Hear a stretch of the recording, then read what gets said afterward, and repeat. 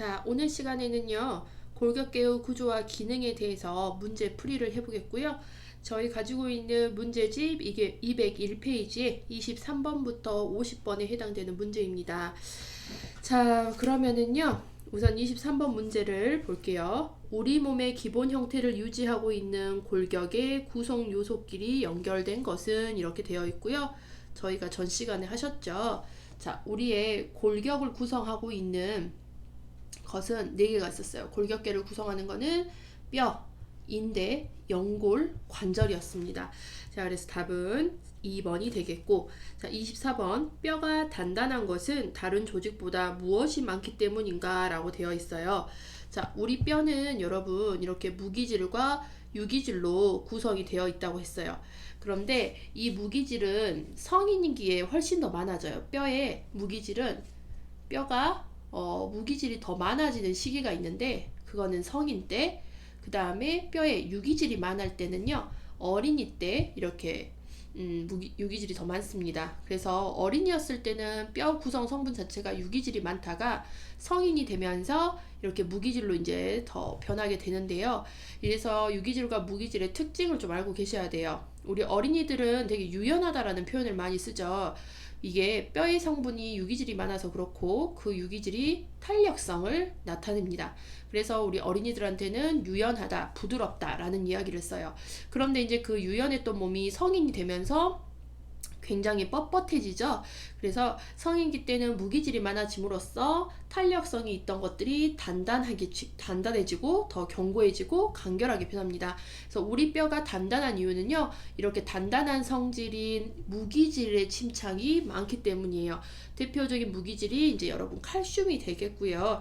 그래서 지금 여기서 물어보는 거는요, 답은 2번이 되겠습니다. 무기질. 자, 그 다음에 25번을 볼게요. 성인이 되면 뼈에 더 많은 무기질이 축적되어 나타나는 결과로 옳은 것은, 그래서 어린이는 유기질이 많고 성인이 되면 무기질이 많다 했죠. 그때 무기질이 축적되면 뼈는 단단하고 견고하고 간결성을 나타낸다 했습니다. 그래서 어린이였을 때는 탄력성이 있었던 것이 탄력이 떨어지고 단단해진다. 답은 1번이에요. 뼈의 탄력성이 적어지는 거죠. 그 다음에 26번을 볼게요. 뼈는 우리 몸의 여러 기관 중 가장 단단한 구조이다. 뼈의 구조로 옳은 것은, 자, 뼈의 구조도 여러분 알고 계셔야 돼요. 자, 뼈의 구조는요, 골막, 골조직, 골수로 이루어져 있어요. 자, 그래서 답은 1번이고, 그 다음에 27번. 뼈의 외면을 덮고 있는 결합 조직으로 된 얇은 막으로 골절시 뼈를 재생시키는 중요한 역할을 하는 것, 이렇게 되어 있거든요. 자, 그래서 우리 뼈는 이렇게 골막, 골조직, 골수로 이루어져 있고요. 이 각각의 특징들을 여러분 반드시 알아두셔야 돼요. 이런 문제처럼 시험에 이제 나오게 되면은 여기 이 부분이 이제 잘 나옵니다. 자, 그래서 지금 이제 물어보고자 하는 거는 27번은 골막이거든요. 골막. 그래서 이 골막의 특징은 뭐냐면 우리 뼈의 겉면에서요. 겉면에서 뼈를 이렇게 보호해주는 역할을 하겠고, 그 다음에 이 겉면에 신경이라든지 혈관이 지나가요. 이렇게 지나갈 수 있는 이유는 골막이 존재하기 때문이에요. 그래서 신경이라든지 혈관, 림프, 근육, 힘줄이 뼈에 붙을 수 있는 자리를 제공을 하는 역할이 골막입니다. 그 다음에 우리가 뼈가 부러졌을 때, 골절됐을 때 뼈를 재생시키는 중요한 역할을 하는 게 골막의 역할이었어요. 그래서 답은 27번, 5번이 되겠고, 자, 28번. 뼈의 외면을 덮고 있는 결합 조직으로 된 얇은 막인 골막의 기능으로 옳은 것. 자, 그래서 1번 볼게요. 근육을 보호한다 라고 되어 있는데 뭐를 보호한다 했죠? 겉면에서, 뼈의 겉면에서 뼈를 보호해요. 2번. 골절 시에 혈액을 재생시킨다 라고 되어 있는데 골절 시에 혈액 재생이 아닌 뼈를 재생시킵니다. 자, 그다음에 3번. 혈관, 림프관, 신경을 통과시키는 바탕을 제공합니다. 그래서 답은 3번입니다. 그 다음에 4번. 지방이나 혈액이 지나가는 자리를 마련한다라고 되어 있는데 이 골막은 이렇게 신경, 혈관, 림프, 근육, 힘줄이 지나가는 자리를 만들어줘요. 그 다음에 5번. 치밀결의 경도를 높여준다라고 되어 있는데 이거는 골막에 대한 이야기가 아니고요. 골 조직에 대한 치밀골 이야기입니다. 자, 그 다음에 29번 볼게요. 뼈의 구조 중 골절 시 뼈가 재생되는 곳, 뼈를 재생시키는 중요한 역할을 하는 게 뭐였죠, 여러분? 골막이었어요. 그래서 답은 2번입니다. 자, 그 다음에 30번에 해면골의 엉성한 조직과 골수강을 메우는 조직으로 혈구를 생성하는 곳, 혈구를 생성하는 곳이라는 핵심 키워드가 나왔어요.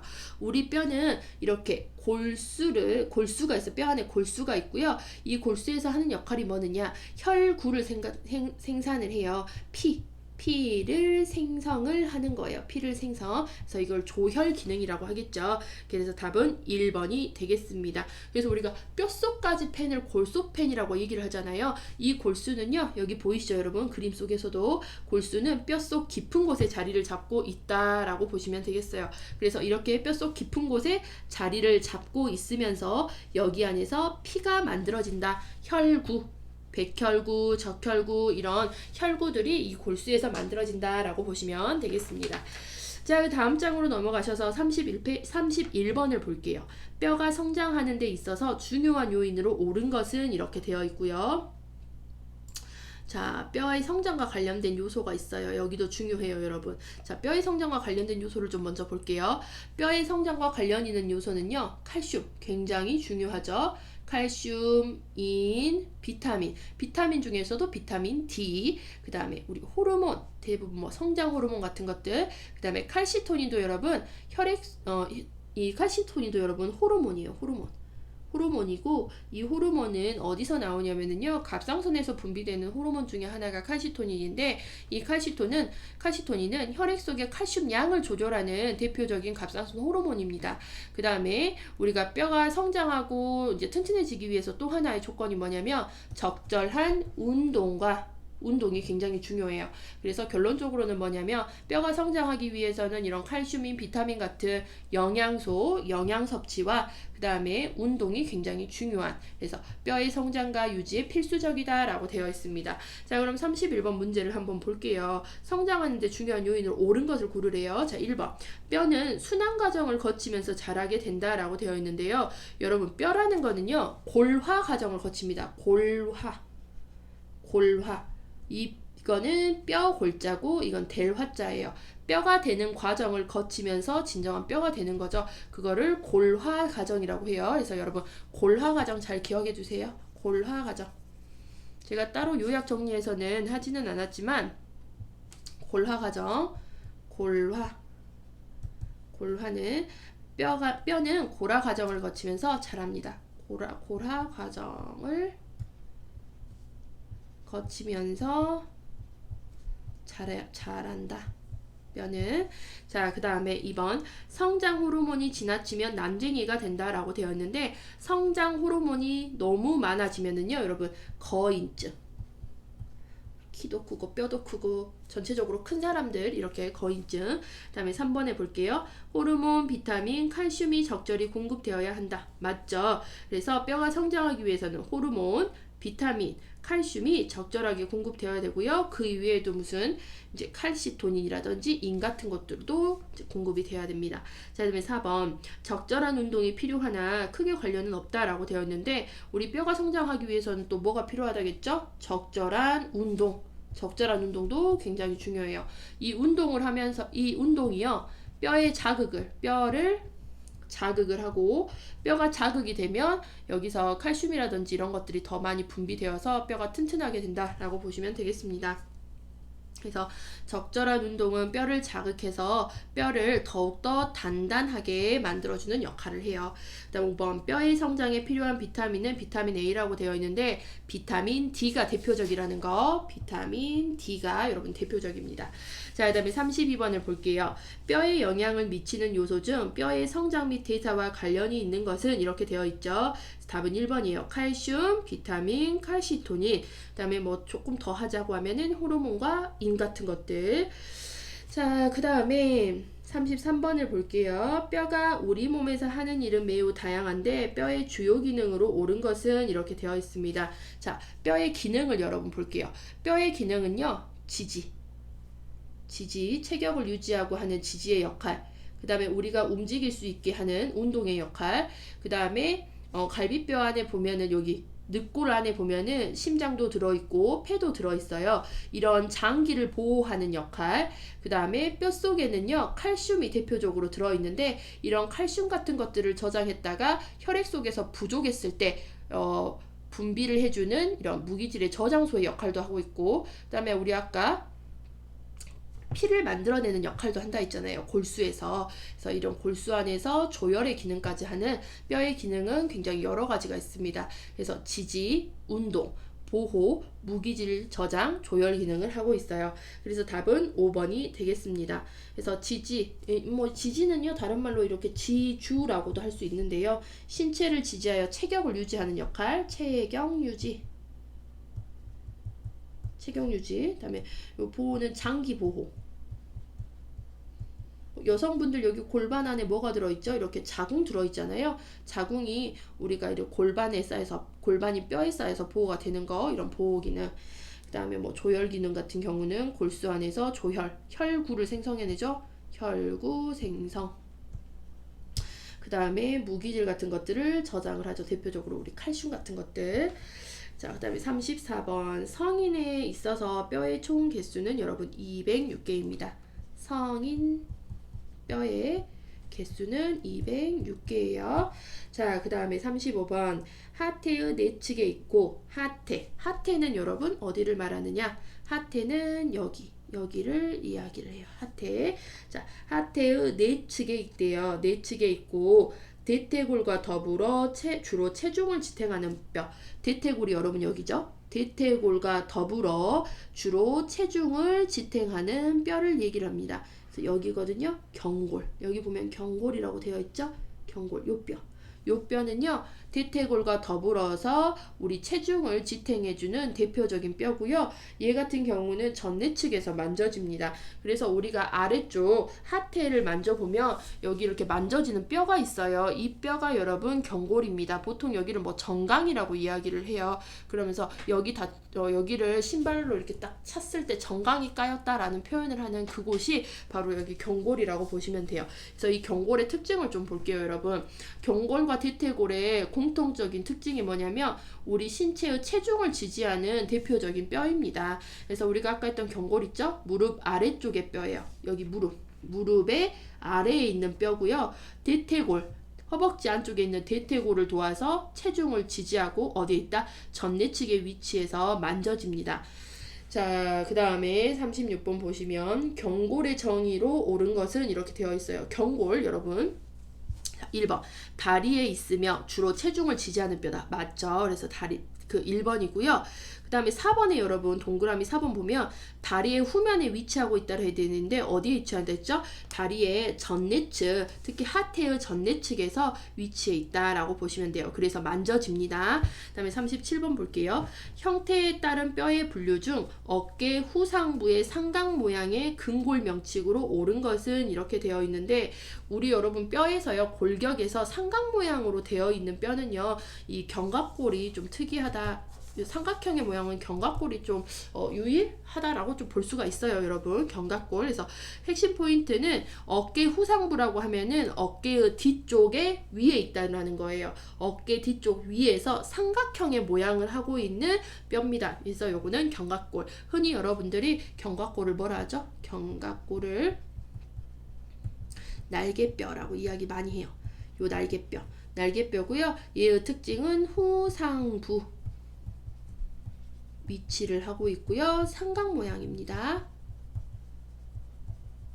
자, 그 다음에 38번 볼게요.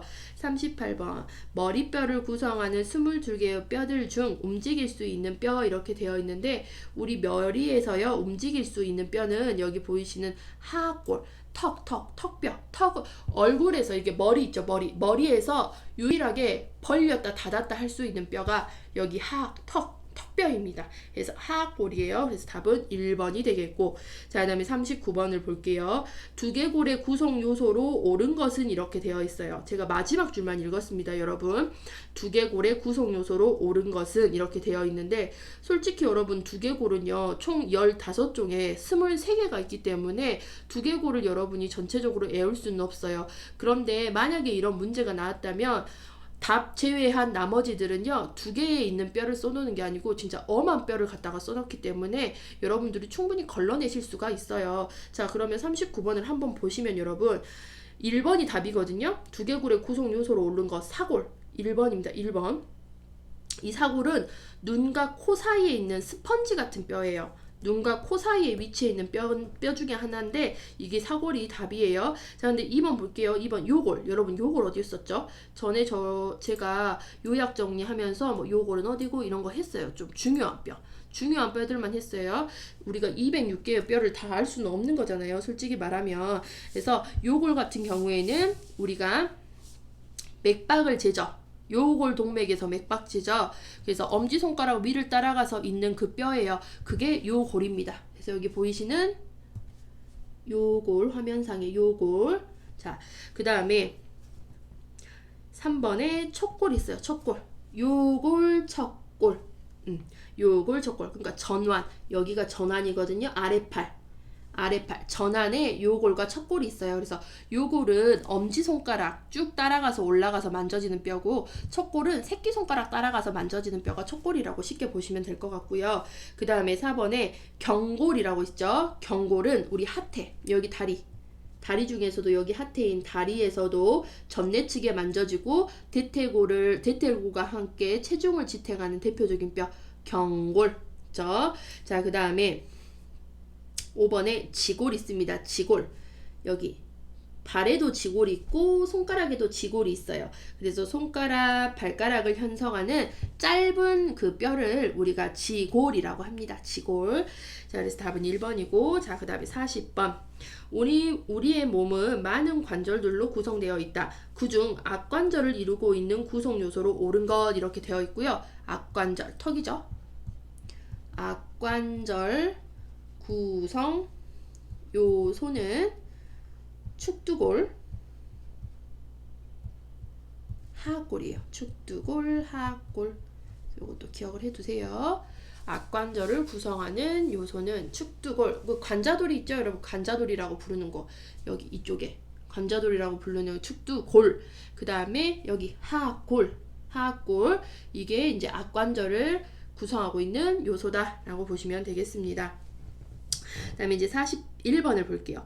두개골 보호를 위한 머리의 보호 순서라고 되어 있는데, 솔직히 이 41번의 문제가 두개골 보호를 위한 머리 순서라고 되어 있는데, 우리 두개골 안에 뭐 들어있죠? 뇌거든요. 이 순서는 뇌를 보호하는 머리 보호 순서라고 돼야 맞는 거거든요. 그리고 우리 교과서에서도요, 이렇게 되어 있어요. 두개골 보호를 위한 머리 보호 순서라고 되어 있는데, 이게 두개골 보호가 아니고 뇌를 보호하는 순서라고 보시면 돼요. 뇌를 보호하는 머리 보호 순서라고 보시면 되겠고, 어찌됐든 간에 머리를 구성하고 있는 순서를 볼게요. 여기 화면에 보시면, 자, 1번에 뇌 두개골 보이시죠? 이 두개골이라고 하는 거는, 여기 해골이, 이게 해골이에요, 여러분. 좀 이상하네요. 해골은 제외할게요, 여러분. 제외할게요. 괜히 그림을 그렸어요. 자, 보면은 두개골은요, 여러분, 뇌 두개골, 이렇게 안면골, 이소골, 설골이 있다고 전 영상에서 얘기를 드렸어요. 그래서 더 이상 설명을 안 하고요. 자, 뇌가 들어있는 골이 뇌 두개골인데요. 뇌를 보호한다 했죠. 뇌를 보호하기 위한 머리 보호 순서. 근데 우리 교과서에는 이 뇌라고 되어 있는 게 아니고 두개골을 보호하기 위한이라고 되어 있는데, 그럼 맥락성 맞지 않거든요. 그래서 뇌를 보호하기 위한 머리 보호 순서라고 보시면 되겠고요. 뇌는요, 굉장히 중요한 곳이죠.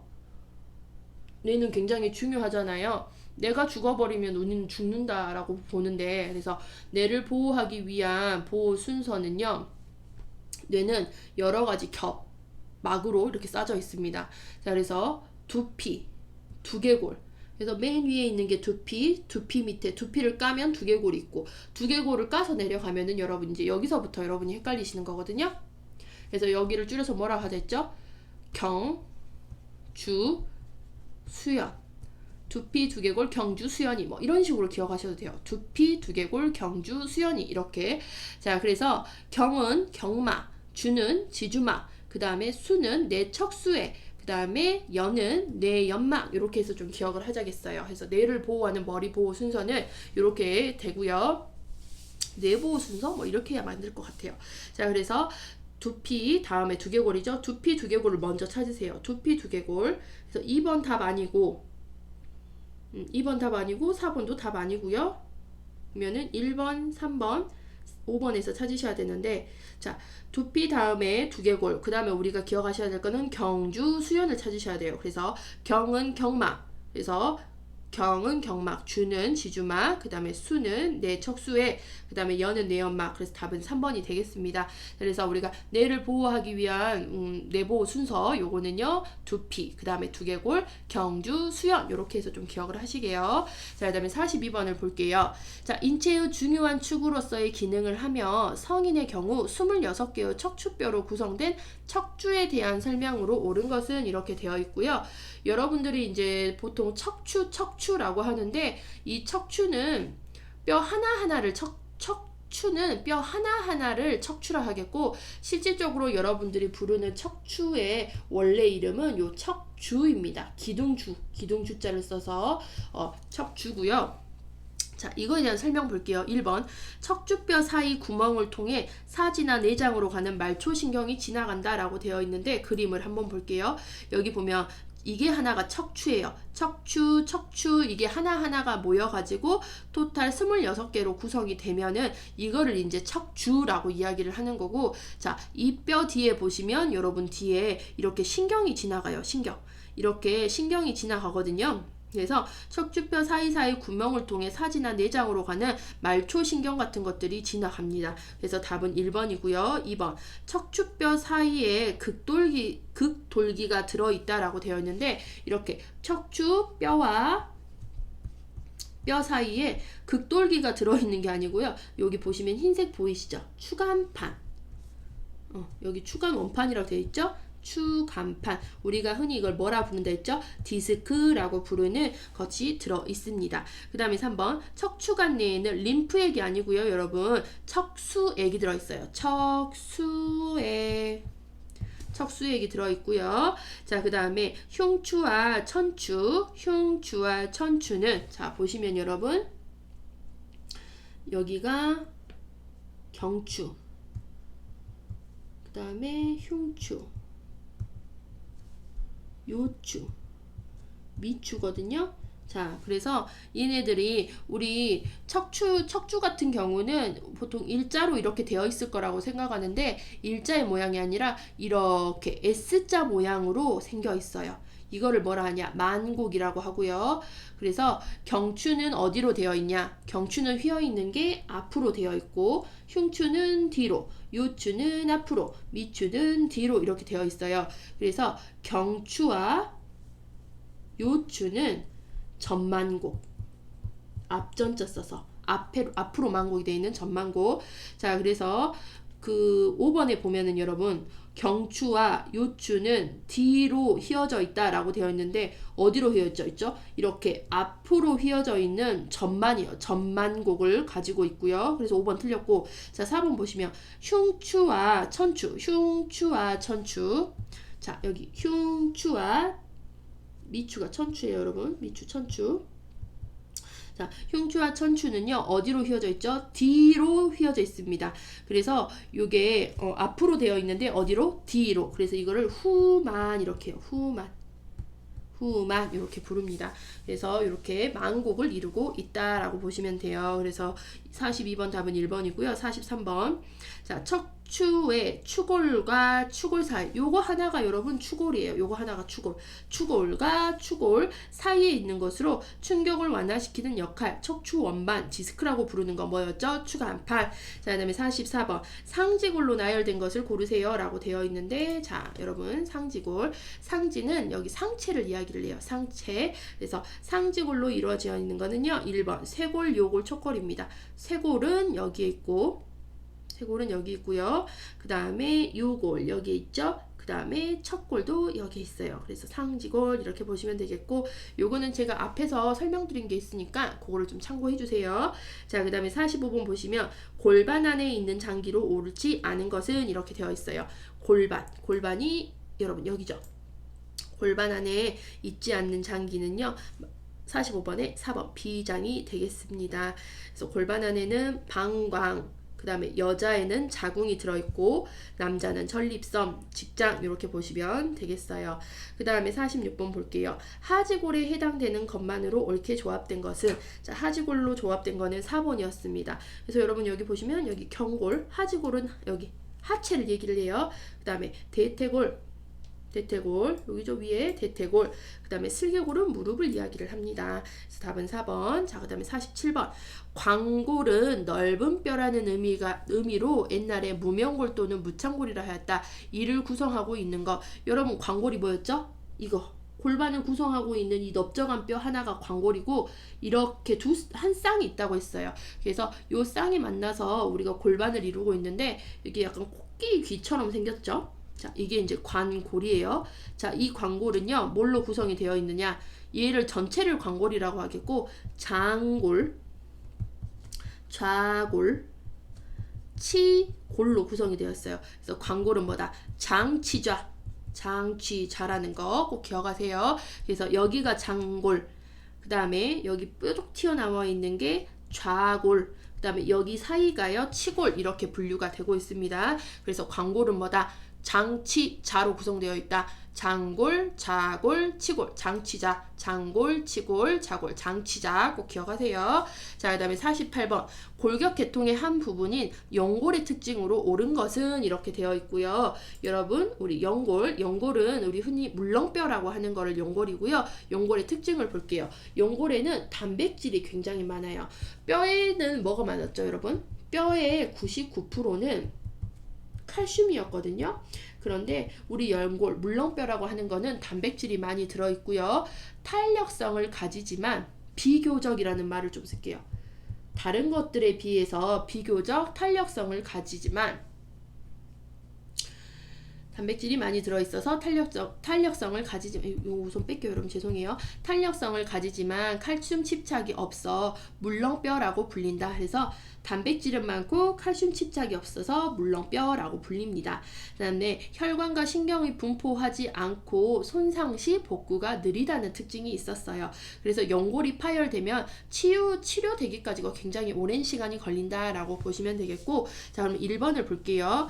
자, 48번 1번. 뼈와 마찬가지로 신경 조직의 일종이다라고 되어 있는데, 뼈와 마찬가지로 뭐죠? 신경조직이 아닌 골격계통의 한 부분입니다. 연골은요, 골격계통의 한 부분이에요. 연골은 골격계통의 한 부분이에요. 한 부분이고, 그다음에 2번. 비교적 연한 편이어서 탄력성을 가지고 있다. 비교적 단단해요. 비교적 뼈랑 비교가 아니고 다른 것에 비해서 비교적 단단한 편이에요. 단단한 편이지만 단단한 편이다. 비교적 단단한 편이고 탄력성을 가지고 있습니다. 단단한 편이고 탄력성을 가짐, 이렇게 해서 뼈와 비교를 했을 때는 뼈가 훨씬 더 단단하지만 다른 것들에 또 비교하면은요, 그거 다른 것들에 비해서는 단단한 편, 이런 의미라고 보시면 되겠어요. 그다음에 3번. 세포와 세포 사이에 지방질이 많이 들어있다라고 되어 있는데, 연골은 세포와 세포 사이에 뭐가 많이 들어있냐면 아까 말했던 요 단백질이 굉장히 많이 들어있습니다. 그 다음에 4번. 칼슘 집착이 없어 단단하지 않으며, 칼슘 집착이 없어서 뼈와 비교했을 때는 단단하지 않아요. 물렁한 편이어서 물렁뼈라고 합니다. 그래서 답은 4번이 돼요. 그 다음에 5번. 연골 조직은 유사 분열 속도가 빠르기 때문이라고 했는데, 빠른 게 아니고요, 느리기 때문에 손상시 복구가 느립니다.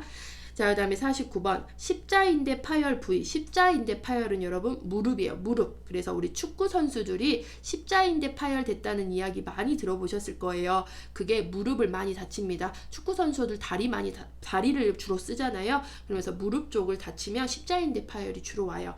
그 다음에 50번 볼게요. 마지막 문제. 자, 가장 일반적인 관절이며 팔다리에서와 같이 그 운동이 아주 자유로운 관절. 그래서 이런 움직임에 따라서 관절의 종류를 구분을 한다겠어요. 그래서 이 관절이라는 건 뭐냐? 2개 또는 그 이상의 뼈들이 연결된 부위를 관절이라고 하겠고, 관절 중에 대표적으로 여러분이 알고 있는 게 무릎 관절이에요. 무릎 관절. 저 무릎관절이 있어요. 자, 무릎관절은 위에 대퇴골 있고, 대퇴골, 그 다음에 밑에 보시면 또 체중을 지탱하는 경골이 있죠. 그래서 이 대퇴골과 경골 사이에 무릎이 있는데 여기에 이어주는 관절, 연결되는 관절이 있습니다. 그래서 여러분이 흔히 알고 있는 거는 무릎관절이 있고요. 자, 이 관절은 운동성에 따라서 부동관절, 가동관절, 반부동관절로 나뉘어요. 운동성에 따라서. 자, 지금 우리 문제에서는요, 운동이 굉장히 자유롭대요. 자유로운 관절은 우리가 흔히 알고 있는 이런 무릎 관절, 팔다리 관절에 속하는 윤활 관절, 가동 관절을 이야기를 하겠습니다.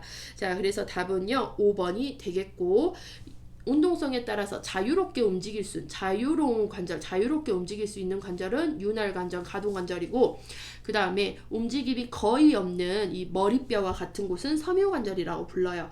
그 다음에 운동성이 어느 정도는 있어요. 어느 정도 운동이 가능한 것은 연골 관절, 반부동 관절 이렇게 얘기를 하겠습니다. 자, 그래서 문제 풀이는 여기까지 해서 종료가 되고요. 다음 시간에는 근육계의 구조와 기능에 대해서 문제 풀이를 해드리겠습니다. 자, 유익하셨다면, 이 내용이 유익하셨다면 구독과 좋아요 부탁드리고요. 다음 시간에 또 찾아뵙겠습니다.